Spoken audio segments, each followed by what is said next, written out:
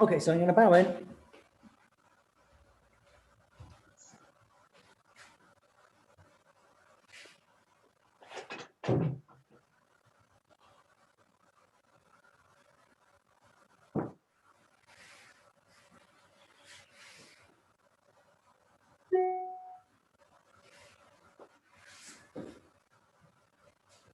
Okay, so as usual, we're going to start with the centering. So this one you can stand or sit, it really doesn't make too much difference. You might like to close your eyes. I think I'm going to stand. You can hear me all right? Yep. Good, okay. So what I'd like you to do is I'd like to think of something that you hold a great deal of conviction in. So something you really stand firm for, you believe in wholeheartedly, something like that, okay? And I just want you to think about that conviction and the thing you feel so passionately about.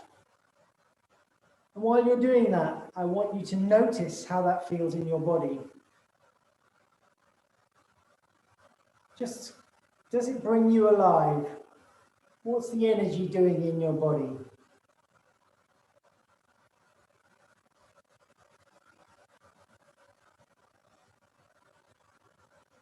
And maybe notice your breathing. And what's going on in your body. And how grounded you feel.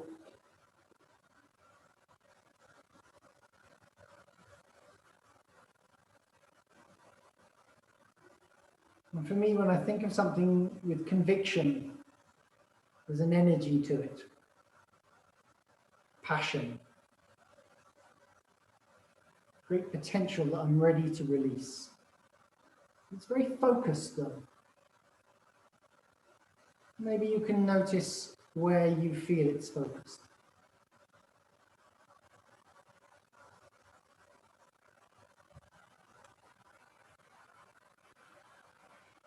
And I hope that you're going to bring that conviction and passion and potential to this session.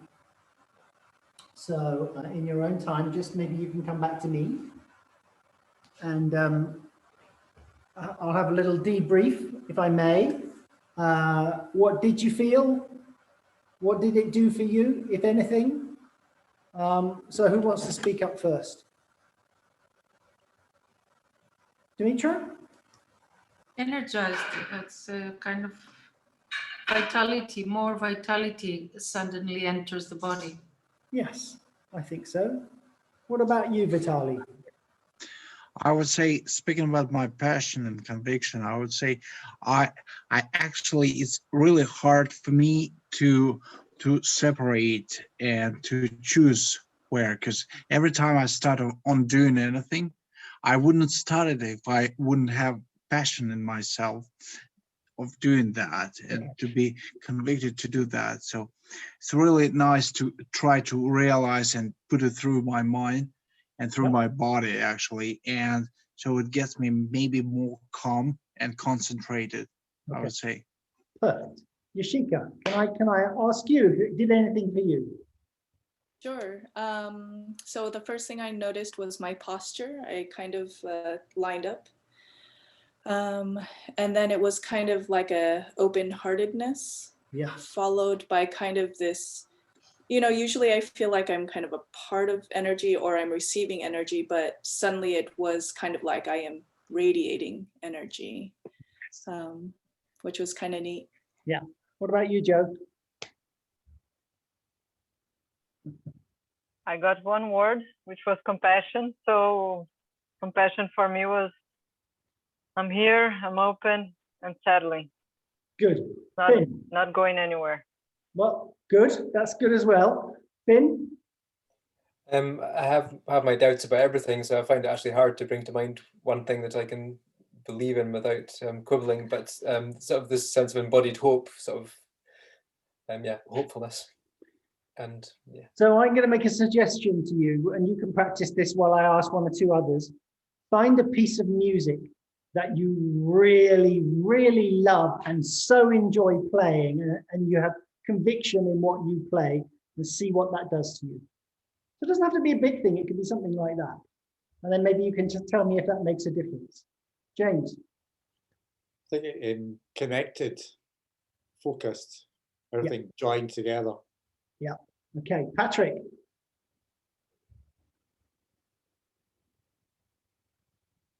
Oh, there I am. You are. No, same like Finn. I had a hard time finding something. So I'm going to take your idea of the music and find something I really like music piece wise and try that. Yeah. Okay. Caitlin, I'm going to assume that you're happy to keep your feedback to yourself. Yep. Okay. All right. So what I want you to do is I want you to try and capture that feeling of conviction. And for me, it was kind of an open-hearted feeling. Like you said, Yoshika, is I'm wanting to give that out rather than hold it in. And we're going to practice maybe a Yokomen strike, and you're going to do it with conviction. Yeah. So I want you to really go for it. But what we'll do is we'll take a target. Maybe you can find something in your room. It's not the ideal height, but maybe I can do it with this lamp. So this is the lamp. So I want to be able to stop just before it. So I go with real power, but be able to stop. Because one of the essences of Aikido is that you need to be very intense, but you need to be sensitive enough to know that maybe the person isn't going to get out of the way. You want to give them the feeling and intensity of a strike, but you don't actually want to take their head off. So you've got to develop this ability to be able to stop within a very short distance so that they think, oh my God, what was I doing just standing there? So the next time they perhaps react a bit better, but you have the sensitivity to stop. So any clues as to how you develop that sensitivity? Okay, I'll give you some then. Basically, just keep that feeling of conviction, but attack slower so that you know that you have the ability to stop in time. Give yourself a greater braking distance. And when you find you can stop in time, start putting your foot on the accelerator. Just speed it up bit by bit until you realize that actually you can give the whole of your passion to the attack, whole of your conviction, and yet you still have the sensitivity to be able to stop. And as I say, I'm using an inanimate object. And sometimes it feels when you have a partner in front of you that they're a bit like that too. So you've got to use your compassion to save them, even if they didn't save themselves. So find yourself a target. You might have to imagine one. Maybe you can find a line on the wall or something that you visually you can see that you stop before you cross it or something like that. And just you're going to practice the Yokomen strike.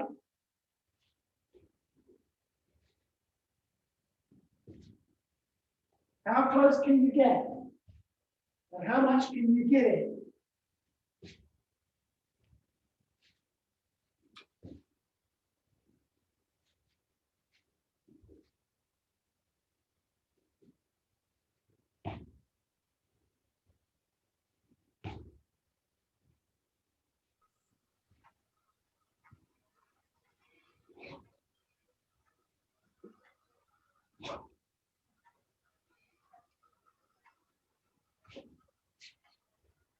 I'm just going to watch you guys for a little bit. Looking good, Caitlin.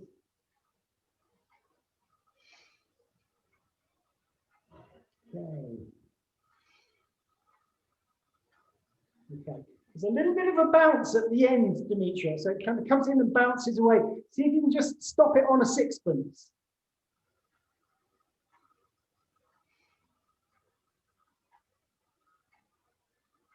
Yeah, that's looking good, Joanna. Cool, okay. So you can come back to me for a second. So let's talk a little bit about what you're trying to do energetically when you go for a Yokomen strike. So what's the purpose of the strike? Why go in the direction we go? James? It's a diagonal cut from the upper part of the body right through. Okay. But remember, we're pretending that you've got someone with a sword pointing at your throat at the time you attempt the strike. Of course, this wouldn't always be the case, but this is kind of when we're talking in swordsmanship terms, that's what's happening. So what do I do to make sure that I don't get speared? Any thoughts? Get out of the central axis of the other person. Yes. Be to the side, yeah. You need to do one thing before you do that, Dimitra, and that is you need to commit their energy to where they think you're going, not where you're actually going. Yes. If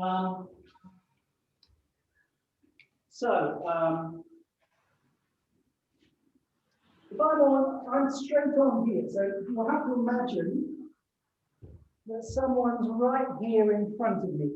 Okay, where my fingers are, it's the same line, but they're pointing in front of me.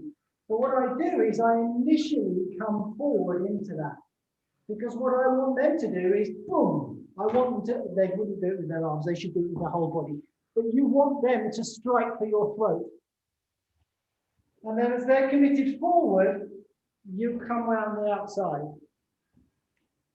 So with all weapons work, and probably any work really, you want the partner to think they've got you. It should be a near miss, not a miss by a mile. You want them to think, gotcha. And at that moment, you disappear. So, energetically, send your feeling forward. You actually just maybe shift your weight forward a bit.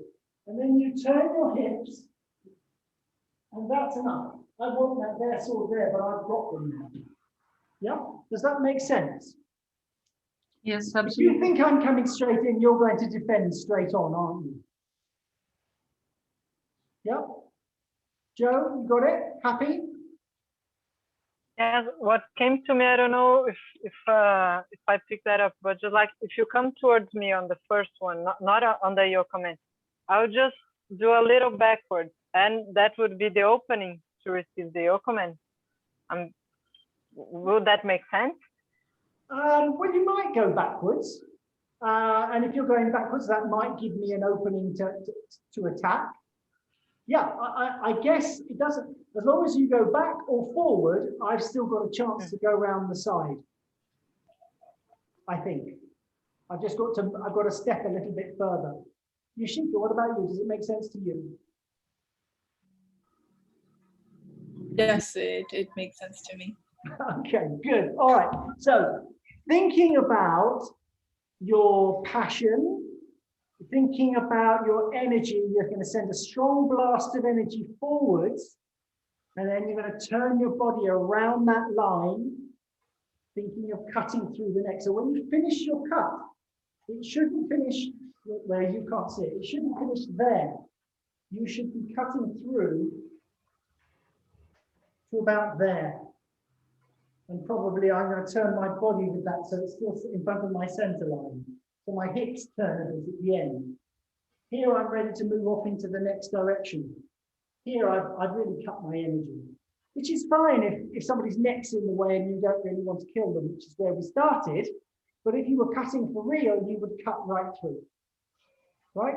So if you've got a lamp like me, I'm going to stop. But if you haven't, this time, give it full bore and make sure that you finish with control. Make sense? Okay, let's give it a go.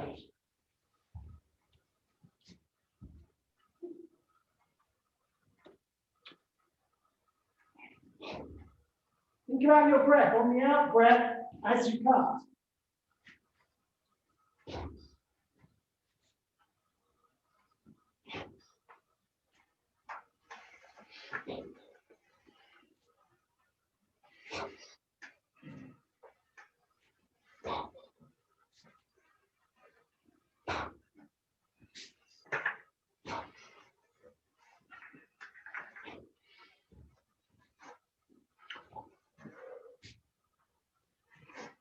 Are you able to bring your full conviction to this cut, because that's what I want from you.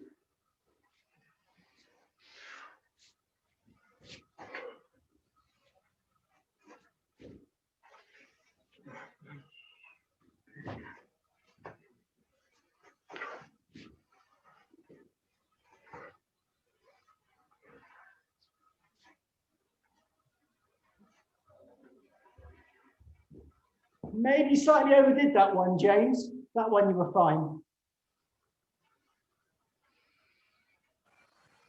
Yeah, nice, Dimitri. A little bit more across your body when you finish, Finn. So you turn your hips into this as well. So there's something that we can just play with a little bit. So if you come back to me.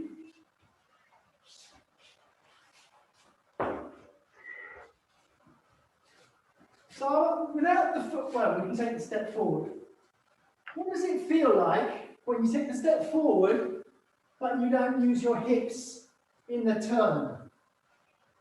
And then what does it feel like when you let your hips pivot around a bit, swivel? So again, it's experiential. Deliberately don't use that swivel of your hips. See how much power you think you've got. And then try it by letting your whole body enter into this thing. So there's real conviction. Let those hips swivel so you can feel the difference in what you're capable of.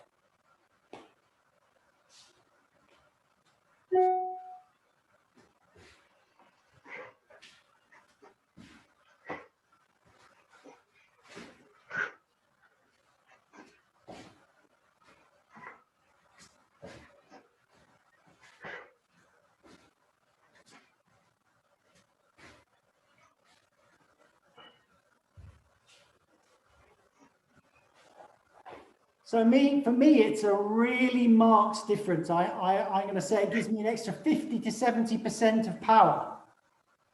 Is that common experience?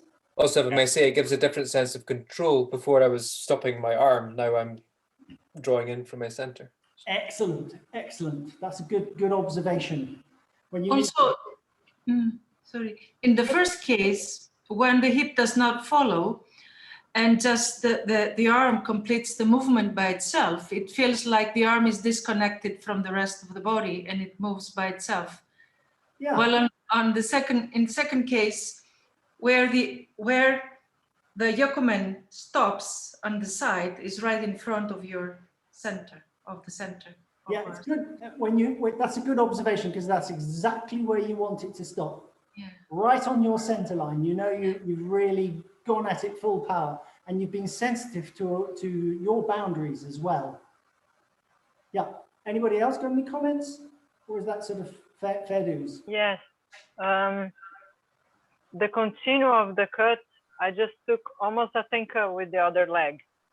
So I don't know if that was too much, then I could pass to the point.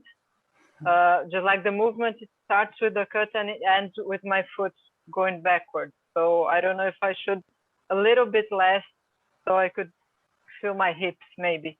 Okay, well, I don't know. Kind of nicely introduced what I wanted to look at next, which is I want you to find the point where you've actually gone too far.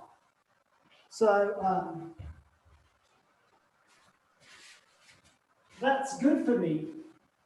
But what happens if I go to there? How do I feel? Well, I feel off balance now, and to adjust, I've got to put my back foot back. So I think in answer to your question, you're probably overdoing it a bit, because you're having to use that back leg to compensate. Your back leg is really a bit of an anchoring point on the strike. And what we're going to do after we've done this is I'm going to deliberately ask you to do some really basic movements, but in an unnatural way. And what do you need to do in your body to adjust and come back and feel aligned and centered again? Yeah, because when you watch people on an Aikido mat, sometimes you think, why did you put yourself in that place? You look so out of control. Yeah. So it's because they're just not aware. And what I'm trying to develop with you guys and girls is that you've got this awareness, this self-awareness of how you can stay in this centered bubble where you're able to give your best potential, and to know when you lost it and how to get back to it. Yep, so that I don't have to tell you, your body is telling you the whole time, too much, too little, just right. 3 bears Aikido, I'm going to call it. If you know that fairy story, you'll be fine. Okay, so deliberately overdo it. Let your hand pass your center line. So it's too much. And then what do you have to do to come back into feeling aligned again?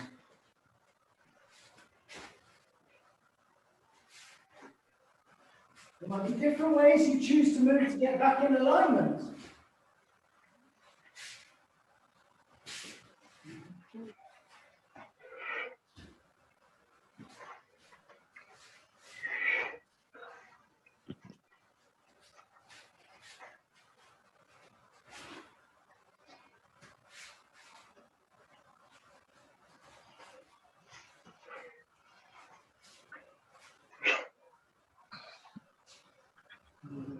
Evening, Steve. Hi there. We're playing with what it feels like to attack with conviction and control. And now we're learning to do it without control and see what we need to do is get back in control. Oh, right. Yes, okay. Okay, so when you're adjusting your posture to get back in center, just do it slowly so you're aware of what you're moving and how much you had to move it. Right. Oh yeah, that's a good committed attack there, Caitlin. There's some passion in that.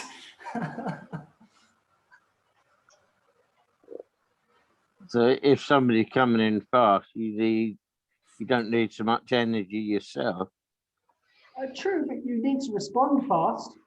Yeah, but you have to be matching their energy, ideally. Yeah. Yeah, good. Okay, so let's have you back and just report on what you found. So for me, when I overcommitted, if I allowed the energy to keep going, I naturally rotated with it.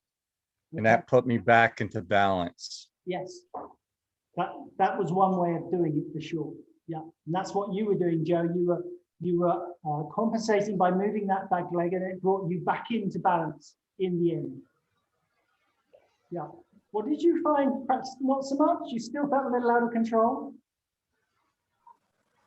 What happened now? I finished the cut in front of me, and with my arms closer to my body.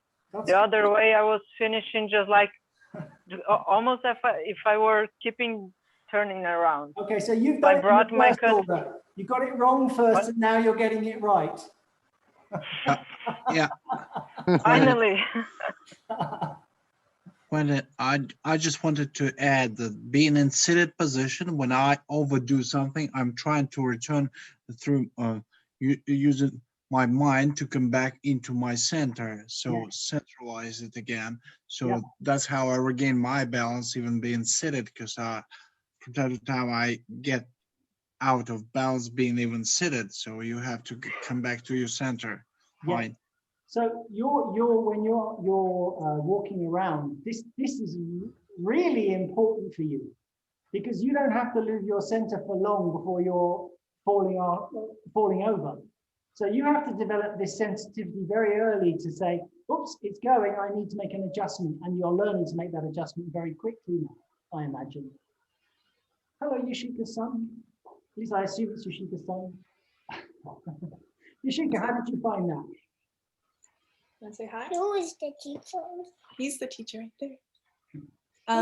So I guess for me, practicing the overdoing was, I guess I had to let go of my kind of grounded base. Yes. And then I could do all kinds of crazy things. Yeah. Well, it's brilliant that you've got a grounded base. But one way of appreciating how good it is to sometimes lose it. and to discover what you had to do to come back to that grounded base to recover it. So brilliant foundation, perfect. Caitlin, what I won't ask you because I won't. Anyone else? Mitra, any comments, or Finn? When I was properly aligned, I felt suddenly aware of the space behind me, whereas when I'm overcommitted, that's awareness is lost. That's a really good observation. When you're overcommitted, suddenly you lose a lot of perception of what else is going on because you're having to use your resources to come back into yourself. I think that's what's going on there. Yeah. Okay, so now what we're going to just really reach out as if you were trying to touch a far wall. And you should be just about as far as you can go without falling over. And then what adjustments do you want to make to your body to come back to that grounded base that Yoshiki was talking about? And maybe you want to maybe adjust too far. And so you're in another extreme position from which you need to recover and come to your nice, centered, grounded base. And maybe you'll lean to the side. Try to touch your ankle. And what do you need to do to adjust from that? And then go the other way.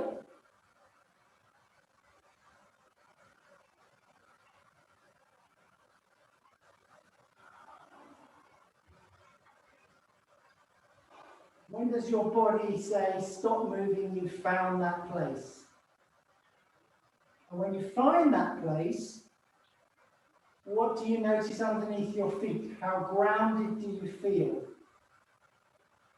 What do you notice about your energy levels and your ability to project your field of energy outwards? What do you notice about your center now, compared to when you deliberately come out of center? You're putting some strain on the muscles. How does that feel? How capable do you feel of solving a problem from that position? So slowly, slowly, slowly finding the place where you find stillness. Enjoy the stillness. Enjoy the potential. Enjoy the conviction that can come from this place.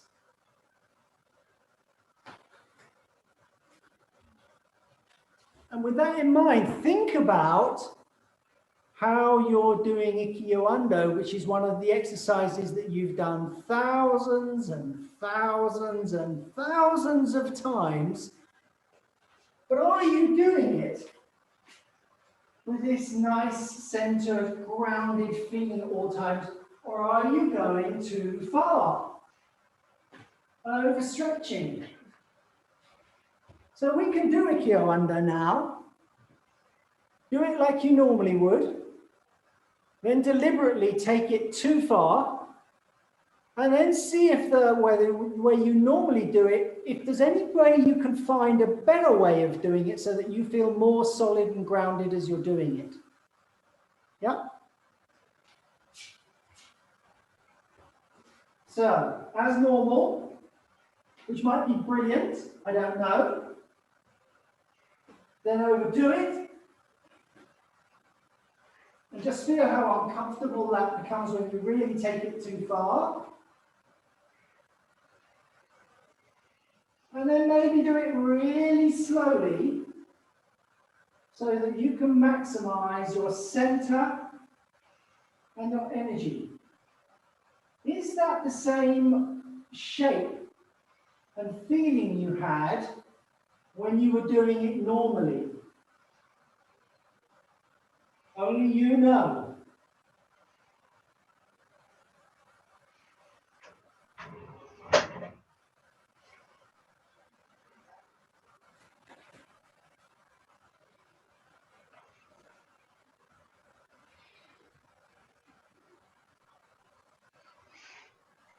So you want to be able to let your energy really go. Even if you're doing it slowly, you still want to be feeling in a position where you can maximize the flow.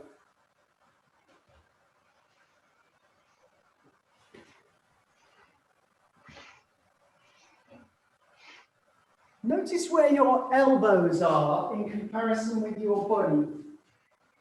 If your elbows stray too far forward, how does that feel compared to when the shorter arm, the elbows right tucked into your side? Yep, you've got a front hand and a back hand on this sword. The back one doesn't stray too far from the side of the body. If you don't believe me, go beyond that and see what you feel.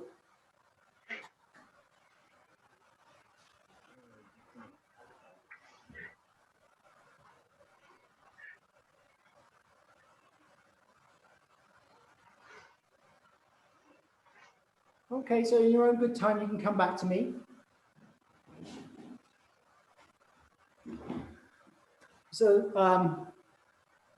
So did anybody find that maybe their normal habit wasn't quite as comfortable as they thought it was when they weren't bothering to pay any attention? Yeah, I'm tending to overreach slightly in the shoulders. Not much, but just probably need to come back about half an inch just to make it more comfortable. And James has been doing it a long time.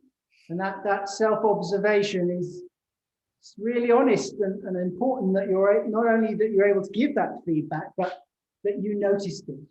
Yeah, and it's also it's fine margins, isn't it, James, between absolutely comfortable and just overdoing it a bit. Anybody else? The rest of you were perfect, were you? No, I do tend to be all up here rather than you still want to feel grounded. You still want to be centered as you're doing these exercises. Okay, so if you're in a situation like James was, where you kind of want to travel further, what should you do? I don't know if this is the answer, but for me, I found that the place between where it feels just right and the other places is very small. So for me, it was easier just to walk and keep that as I did it. Okay, yes, you got the answer actually, Patrick. The answer is move the rest of your body. So don't take one piece, i.e. my arms, too far, better to travel. This is very well illustrated with a Joe. How much power can I exert at the end of the Joe now, do you think? Well, I can tell you very, very little. However, come down on my knees for this.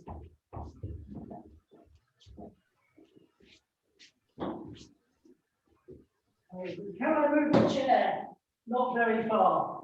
I think I struggle and knock it over very easily. So you bring your whole weight, whole centered weight behind your attacks. So if you're going to if you feel that it's just a bit too far, allow the rest of your body to travel. Right? So what we'll do is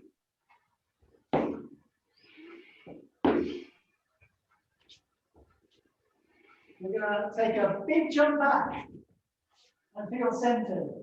And then a big movement forward and feel centered. So I really want you to travel, but remember to bring your feet and your hips and your back and your shoulders with you, all in alignment. Yep, which means that you don't end up like this. I'm going to end up like that. So you might want to start a little slower and see what happens when you go a little bit beyond your comfort zone and allow the rest of your body to travel. But if you can do that successfully, I want to maximize your jump back and your thrust forward. So I've got formats. I pretty much want to use all of those formats to do this exercise. So give it a go. We're going to start in the middle. Big jump back and then forward. Big jump back and then forward. In your own time. How much of your potential are you able to keep? How much conviction can you bring to this movement?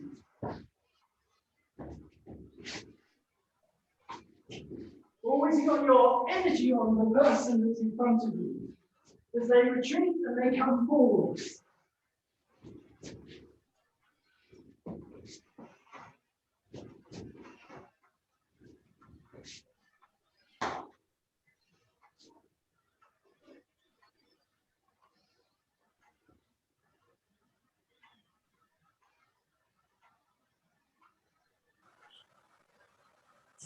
Yeah, good.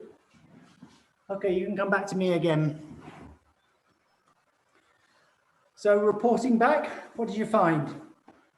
I was surprised how much power I could derive out of that, because I felt even in the ear, I feel centered. That's really interesting. So is that the famous Tohei hop? He might be a little more elevated, who knows?